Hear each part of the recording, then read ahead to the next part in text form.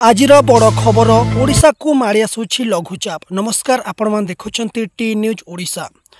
बंगोपसागर रे लघुचाप सृष्टि संभावना रही। यह मौसुमी को अग्रसर करने को अनुकूल स्थिति सृष्टि करियो बोली भारतीय पाणीपाग विभाग महानिर्देशक मृत्युंजय महापात्र कहिसंती। आसंता 20 तारिख पर उत्तर और संलग्न केन्द्रीय बंगोपसागर में एक लघुचाप सृष्टि हो पारे। यह प्रभाव में मौसुमी अग्रसर हेबो। तेबे रविवार गजपति, रायगड़ा, कलाहांडी और कोरापुट रे प्रबल वर्षा हो पारी।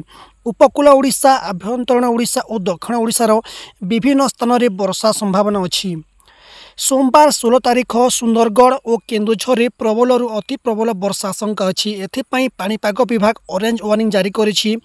मयूरभंज, बालेश्वर, भद्रक, जाजपुर, ढेंकानाल, गजपति, रायगड़ा और कोरापुट रे प्रबल वर्षा हो पारे। आभ्यंतरीण ओडिशा और दक्षिण ओडिशार विभिन्न स्थान में मध्य वर्षा संभावना अच्छी।